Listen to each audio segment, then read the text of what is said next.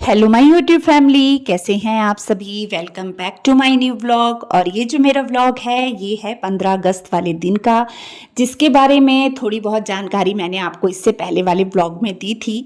तो जहाँ तक कि हमारा जो प्रोग्राम था वो रात में कैंसिल हो चुका था। सुबह मेरे हस्बैंड ने मुझे उठाया और कहा कि डैडी जी पूछ रहे हैं कि कितने बजे निकलना है। तो मैंने वापस से प्रोग्राम सेट किया हमने और फिर हम निकल गए।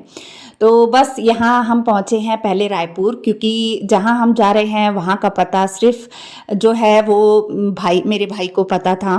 तो हमने ना उसे साथ में लेके जाना था, क्योंकि उसकी नाइट शिफ्ट थी। तो ऐसा कुछ था नहीं कि वो नहीं जा सकता। बाकी मम्मी जो थी, बच्चे थे और रिंकी जो थी, उन्होंने घर में ही रुकना था। मतलब बच्चों ने भी घर में ही रुकना था। पर अचानक से ना बच्चों का प्रोग्राम बन गया, कहने लगे कि हम भी साथ में जाएंगे, क्योंकि वहाँ 15 अगस्त का प्रोग्राम मनाया जा रहा था। तो सभी वहाँ इकट्ठे थे। तो इस वजह से ना तो फिर बच्चे एंड टाइम पे कहने लगे कि हम भी चलेंगे। तो फिर हम सब इकट्ठे निकले थे।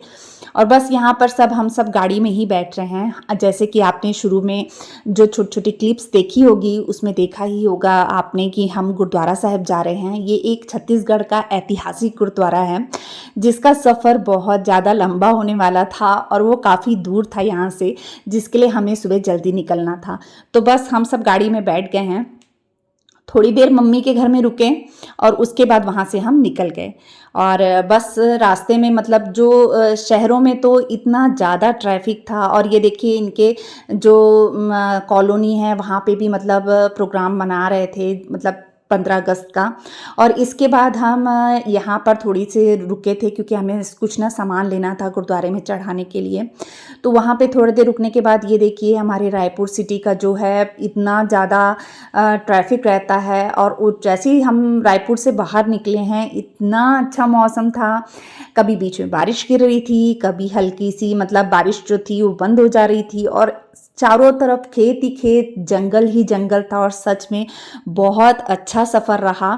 और ये देखिए यहाँ जो ट्रक कहते हैं, इसे ट्रक ही कहेंगे, पता नहीं क्या कहेंगे वो डिवाइडर क्रॉस करके आ चुका था। तो बस यानी एक्सीडेंट हुआ था एक दिन पहले, तो उसे बस क्रेन से हटाया जा रहा था। और यहाँ पे नदी जो है, हम कह रहे हैं हमारे इधर पानी इतना गिर रहा है और यहाँ नदी में उतना पानी नहीं था। और ये जो ब्रिज है ना, ये काफ़ी लंबा है। तो बस मेरा मकसद यही था कि मैं थोड़ा बहुत आप लोगों को बाहर का भी दिखा सकूं। जैसे कि आप लोग मुझसे कहते हैं कि दी आप थोड़ा सा बाहर का भी दिखाया कीजिए। तो बस जाने का प्रोग्राम बना था, तो मैंने सोचा कि मैं आपके साथ शेयर कर देती हूँ। और यहाँ शरण और कीरत पीछे थे, तो कीरत शरण की गोद में सो गया था। और सच में मौसम इतना अच्छा था ना, हमने बहुत इंजॉय किया इस मौसम को। ठंडी ठंडी हवा चल रही थी। वैसे बाहर गर्मी थी, क्योंकि एसी में कार का एसी चालू था। जब एसी बंद करते थे ना, मतलब जब खिड़की कांच नीचे करते थे ना, तो गर्म हवा अंदर आती थी। वैसे थोड़ा सा नॉर्मल लग रहा था, ठीक लग रहा था। और खेत ही खेत थे, दूर दूर तक खेत और जंगल के सिवा कुछ भी नहीं था। यानी कि ना कोई गांव छोटा सा या कस्बा, कुछ भी नहीं था। बस ये जगह एक बीच में ज़रूर पड़ी थी, जहां हम थोड़ी देर के लिए रुके थे। और यहाँ पे भी ना कुछ खाने पीने के लिए ही रुके थे, कि कुछ थोड़ा बहुत बच्चों के लिए ले लेते हैं। क्योंकि रमन जो है हमारा, वो कहने लगा पापा यहाँ से टॉफ़ी वगैरह कुछ ले लो। मतलब बच्चों का क्या होता है ना जी, कच्चा कच्चा सा होने लग जाता है, या वो मीटिंग टाइप की लगने लग जाती है। तो वही कह रहा था कि पापा यहाँ से आप कुछ टॉफ़ी वगैरह ले लो। मेरे तो अभी भी फंसा रहे थे।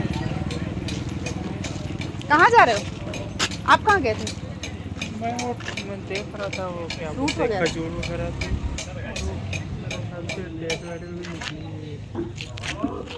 अच्छा, लेना तो देख ले, आ जाओ आ जाओ। मूड तो बहुत ज़्यादा बना था कि कुछ समोसे खाएं या कुछ पकौड़े खाएं, क्योंकि ना सफ़र में ना इस तरह की चीज़ें बहुत अच्छी लगती हैं। गाड़ी में घूमते समय एंजॉय करो इन सब चीज़ों को। और मैं भी ना ऐसे इतने लंबे सफ़र में मैं बहुत कम से कम मान लीजिए 2 साल के बाद निकली हूँ। इससे भी लंबे लंबे सफ़र हमने किए हैं, लेकिन मतलब ये सफ़र मैंने 2 साल के बाद किया है इतना लंबा। तो बस यहाँ ड्राई फ्रूट वगैरह ही ले रहे थे। समोसे वगैरह खाने का बहुत मन था, लेकिन वहाँ बिल्कुल भी थोड़ी भी सफाई नहीं थी, जैसे कि मैंने आपको दिखाया था अभी कैमरे में। बहुत ज़्यादा गंदगी थी और वहाँ पे छोटे छोटे कीड़े ना उन समोसों के आसपास घूम रहे थे। तो ऐसी चीज़ों को खा के बीमार होने से अच्छा है कि उन्हें ना खाया जाए। तो बस ड्राई फ्रूट वगैरह हम यहाँ से ले रहे थे और फ्रूट्स वगैरह डैड जी ने ले लिए थे। वही हाँ चिप चिप कर रही है। चल पूरी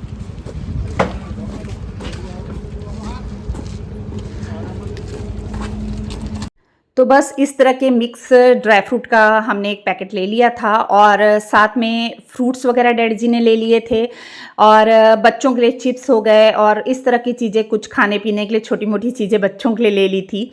तो इस तरीके से मतलब हमने मतलब यही सब कुछ खाया पिया रास्ते में। और यहाँ से गुरुद्वारा साहिब ज़्यादा दूर नहीं था, हम काफ़ी मतलब आधे रास्ते को क्रॉस कर चुके थे। लेकिन अब इसके बाद जो था ना पहाड़ों वाला रास्ता आना था, पहाड़ आने थे। तो पहले क्या है ना मतलब जब हम छोटे थे तब ऐसी पहाड़ी इलाकों में रहे हैं, तो पहाड़ वाले और ठंडी जगह बहुत अच्छी लगती है। शहरों के जीवन से ज़्यादा ना गांव का जीवन बहुत अच्छा होता है, सुकून भरा होता है, शांति होती है वहाँ पे। और सच में भीड़ भाड़ से एकदम दूर होती है वो जगह और वाकई में अच्छी लगती है। अब ये देखिए यहाँ से ना पूरे पहाड़ स्टार्ट हो गए थे और इतने अच्छे लग रहे थे, इतने ऊंचे ऊंचे पहाड़ थे और कई जगह तो सड़कों को भी ना पहाड़ों को काट कर बनाया गया था।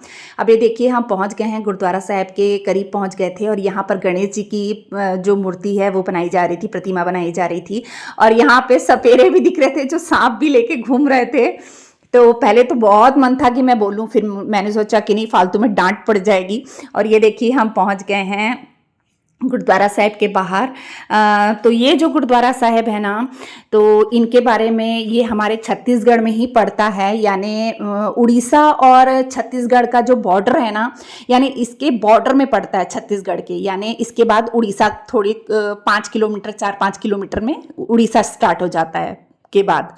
तो बस यहाँ पहुँचे थे हम सब और बस अब मत्था टेकेंगे यहाँ पर। तो इस जगह के बारे में आपको थोड़ा सा बता देती हूँ कि जब जो गुरु नानक देव जी है ना, जब पहली उदासी के टाइम पर आए थे बाला और मर्दाना के साथ में, तो वो ना जगन्नाथपुरी की यात्रा के लिए निकले थे।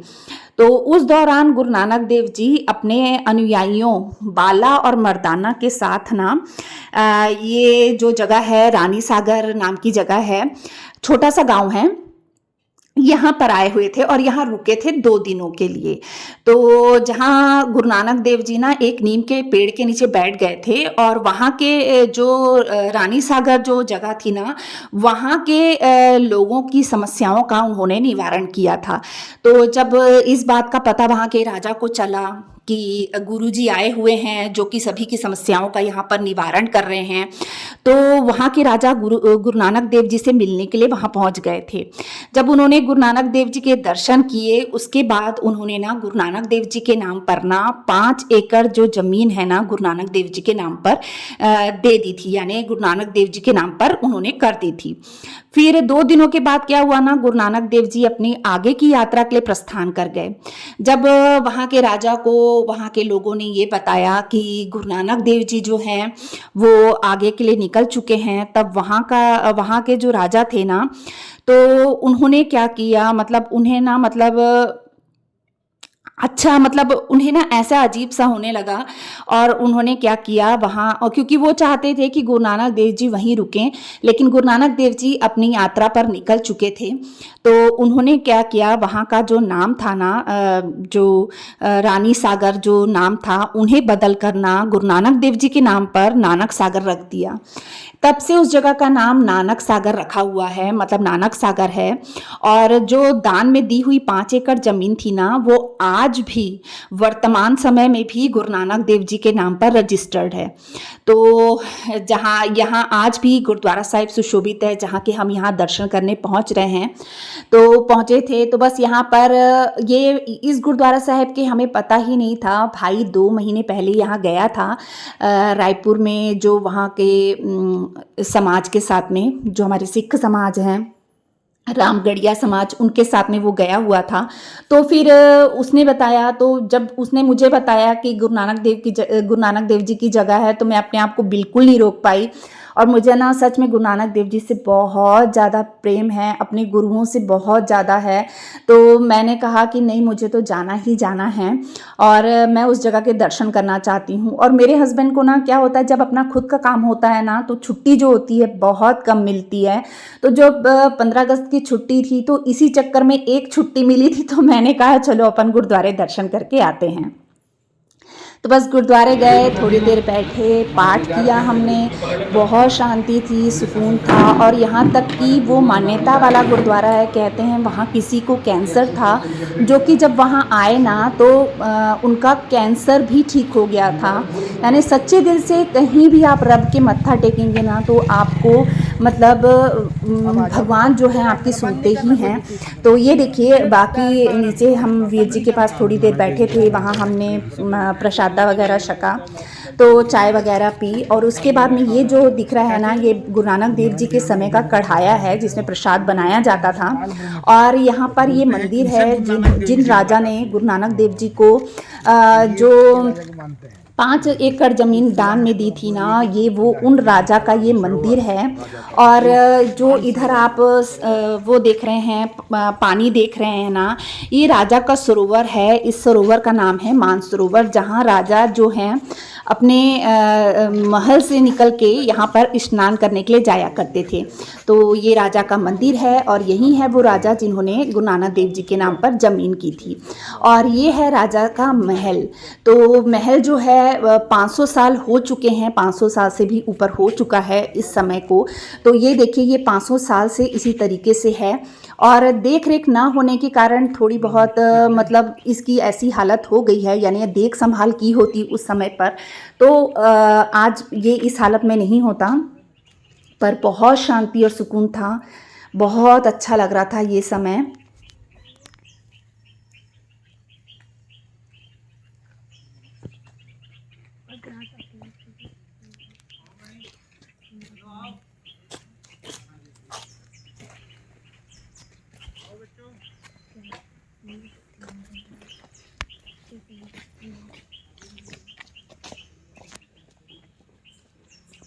बस उसके बाद हम आगे के लिए निकले और इनके इस जगह के आगे था रानी जी का महल, जो रानी थी उस समय की, उनका महल था। तो वो भी हमने देखना था। तो हमने सोचा जब इतनी दूर आए हैं तो सारी जगहों के दर्शन करते हुए जाएंगे। तो बस फिर मतलब हम वहाँ के लिए निकल गए।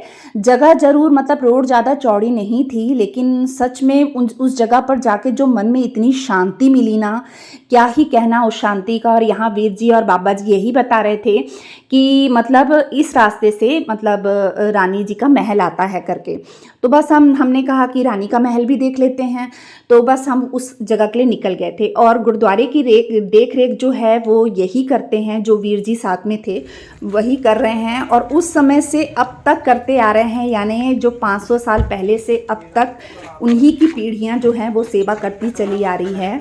वो भी मैं आपको आगे बताऊंगी वो कैसे। तो ये देखिए, ये जो है ये रानी जी का महल है। और यहाँ पर रानी जी का सरोवर था, जहाँ पर वो अपनी दासियों के साथ में स्नान करने जाती थी, वो भी इस साइड में है। तो बस हम जा रहे थे रानी जी के महल को देखने के लिए।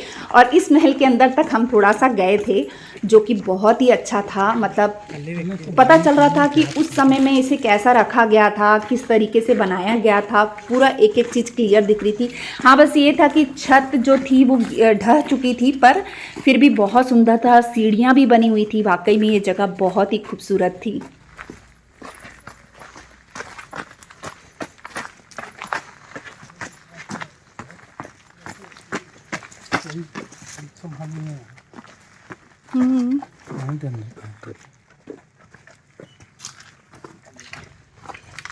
था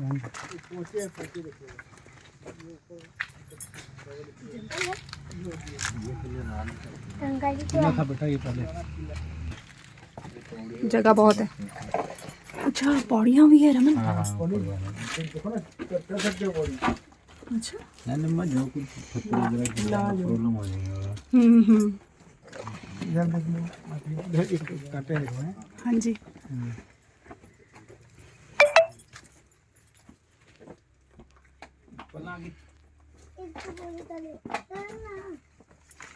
तो उस समय पर क्या था, अंग्रेजों का शासनकाल भी चल रहा था। तो अंग्रेजों का शासनकाल जब खत्म हुआ तो राजाओं का शासनकाल वो भी खत्म हो चुका था उसके बाद में। तो जब खत्म हुआ तो उस समय जो राजा थे वहाँ के, उनकी जो पीढ़ियाँ हैं वो अब तक चली आ रही हैं, जो कि वहाँ के वीर जी ने बताया कि वो अब रायपुर में रहते हैं और राजाओं का शासनकाल तो खैर ख़त्म हो चुका है, तो वो अब अपने अपने बिजनेस में लगे हुए हैं। उसके बाद हम आ गए थे इस जगह पर। यहाँ आप देखेंगे ना तो एक ख़ास चीज़ आपको नज़र आएगी। यहाँ सभी घर जो हैं यहाँ पिंक कलर के हैं और इसकी एक खासियत है, वो ये खासियत है कि यहाँ की जो मुखिया होती है वो महिला ही होती है या और वही यहाँ की पूरे गांव की समस्याओं का समाधान करती है। यानी मुखिया जो होती है वो महिला बनती है।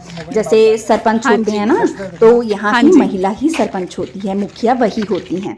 इसीलिए पूरे घर जो हैं वो पिंक कलर के बने हुए हैं। और बस इस जगह में आए ना तो सच में बहुत अच्छा लग रहा था, पूरा छोटा सा गांव। और कहते हैं यहाँ पर सबसे ज़्यादा शांति है, यानी ये सबसे शांति प्रिय जगह के नाम से जाना जाता है। और 500 साल से ऊपर भी हो चुके हैं, तो अब थोड़ा थोड़ा ये बदल रहा है। और सच में मतलब रायपुर में ही छत्तीसगढ़ में है ये चीज़ हमें पता ही नहीं थी। और यहाँ देखिए मुर्गियाँ, चूज़े, सच में एकदम गाँव वाली फीलिंग आ रही थी और बहुत अच्छा लग रहा था। और खेत में इस तरीके से घूम रहे हैं, धान खा रहे हैं, तो कुछ कुछ चुग रहे थे, तो बहुत अच्छा लग रहा था। और इसके बाद ये जो जगह आप देख रहे हैं जहाँ हम जा रहे हैं ना, तो उस जगह पर जा रहे थे जहाँ पे गुरु नानक देव जी जहाँ आकर 2 दिन रुके थे ना, उस जगह पर हम जा रहे थे। तो वो जगह ना थोड़ी सी सब गुरुद्वारे से कोई 2 किलोमीटर की दूरी पे वो जगह थी। और उसके बाद थोड़ी और आगे 2-3 किलोमीटर आगे गुरु नानक देव जी के खेत थे। तो बस हम यहाँ पर पहुँच चुके हैं। मैं आपको दिखाऊंगी अभी वो जगह जहाँ गुरु नानक देव जी, नीम का पेड़ होता था और वहाँ गुरु नानक देव जी 2 दिन रुके थे और वहाँ पे लोगों की समस्याओं का समाधान किया था। तो ये देखिए, ये है वो जगह, वो पवित्र स्थान जहाँ पर गुरु नानक देव जी 2 दिनों के लिए रुके थे। खैर अभी नीम का पेड़ उस जगह पर नहीं है, लेकिन कहा जाता है कि आज भी अगर गांव में वैसे तो कोई प्रॉब्लम नहीं होती है, लेकिन अगर कोई छोटी मोटी बात हो भी जाती है तो इसी जगह पर बैठकर गांव के मुखिया जो होते हैं उस समस्या का समाधान उसी समय कर लेते हैं। यानी इसी जगह पर बैठकर जहाँ पे गुरु नानक देव जी बैठे थे, 2 दिन रुके थे बाला और मर्दाना के साथ में, तो बस उसी जगह पर बैठकर वहाँ उनकी हर समस्या का समाधान हो जाता है। और ये देखिए निशान साहब भी है और साथ में नेशनल फ्लैग भी है हमारा इंडिया का। तो बस ये देखिए ये हो गया। इसके बाद हम निकल गए थे आगे के लिए। तो ये जगह मैं आपको बता दूं, ये देखिए बोर्ड लगा हुआ है और ये जो सामने आपको दिख रहा है जो बिल्डिंग बन रही है, तो ये बन रही है सराय। सराय यानी वो जगह होती है जो अगर यात्री, तीर्थ यात्री अगर यात्रा के दौरान आते हैं तो उनकी रुकने की व्यवस्था कहाँ की जाती है। तो उनके रुकने के लिए अब धीरे धीरे यहाँ पर रूम वगैरह बनाए जा रहे हैं। तो बस इसकी सेवा भी चल रही है अभी। तो बस ये बन रहे हैं यहाँ पे रूम वगैरह और बस हम सब साथ में ही थे। और यहाँ पर सामने में एक निशान साहब लगाया गया है। ये कम से कम ये पूरा 10 एकड़ का एरिया है जिस एरिया में ये काम हो रहा है। और ये देखिए निशान साहब लगे हुए हैं। तो बस इसके बाद हम पहुँचे थे, यहाँ से आगे गए 3 किलोमीटर आगे करीब कुछ, यहाँ पर हैं, ये हैं गुरु नानक देव जी के खेत, जो कि आज भी गुरु नानक देव जी के नाम पर मतलब रजिस्टर्ड हैं। तो ये निशान साहब लगा हुआ है। और हमने ना अंदर तक जाना था, पर हमारी किस्मत देखिए हम अंदर तक जा ही नहीं पाए क्योंकि यहाँ फसल लगी हुई थी, तो ना गाड़ियाँ जा सकती थी। और हम इस करके पैदल नहीं गए क्योंकि डैडी जी को मुश्किल होती चलने में, इस वजह से हमने फिर यहीं से दर्शन कर लिए। क्योंकि निशान साहब जो हैं बाबा जी का, वो हमें सामने ही नज़र आ रहे थे। बच्चे थोड़ा सा दिल छोटा कर रहे थे कि अरे इतनी दूर आए हैं, खेतों में नहीं जा रहे हैं। तो बस फिर वहीं से हमने दर्शन कर लिए, वहीं से अपने वाहिगुरु जी को याद कर लिया। उसके बाद हम वापसी के लिए निकल गए थे। फिर रास्ते में 5 सवा 5 का कुछ टाइम हो रहा था, हम रुके थे एक रेस्टोरेंट में, वहाँ हमने खाना खाया। तो बस ढाबा था लेकिन यहाँ खाना खाया था। यहाँ हमने मंगाई थी दाल तड़का और साथ में थी पनीर की सब्जी। अब वो पनीर कौन सा था वो तो नहीं पता, हमने कहा जो थोड़ा सा चटपटा हो वो वाला चाहिए। और हैदराबादी बिरयानी, वेज बिरयानी, वो हमने ऑर्डर की थी। तो बस यही खा रहे थे, किसी का ज़्यादा मन नहीं था क्योंकि लंगर में ना हमने बड़े और साथ में समोसे खाए थे। क्योंकि अगर आप वहाँ जाते हैं ना तो आपको वहाँ बताना पड़ता है कि संगत आ रही है, तो फिर वो लंगर तैयार करके रखते हैं। उन्होंने तो, वीर जी ने और वहाँ भाभी जी भी थे, उन्होंने भी बहुत जोर मारा कि लंगर तैयार करवा देते हैं, पर हमने फिर मना कर दिया कि नहीं कोई बात नहीं है, ठीक है करके, किसी को क्यों तकलीफ़ देनी है ना। उसके बाद ये देखिए हम 5 साढ़े 5 बजे अंदर घुसे थे और कितना लेट हो गया था जब हम वहाँ से निकले और अंधेरा हो चुका था। और ये देखिए रास्ते में पूरा सफ़र जो था हमारा निकल चुका। ये पहुंच गए हैं वापस अपने रायपुर। तो आज का ब्लॉग जो है थोड़ा सा लंबा है लेकिन ऐतिहासिक है, अच्छा है, तो मैंने सोचा कि मैं आप लोगों के साथ शेयर करूं। और अगर आप यहाँ आसपास में रहते हैं तो ज़रूर जाइएगा इस गुरुद्वारा साहिब के दर्शन करने के लिए, मन को बहुत शांति मिलती है।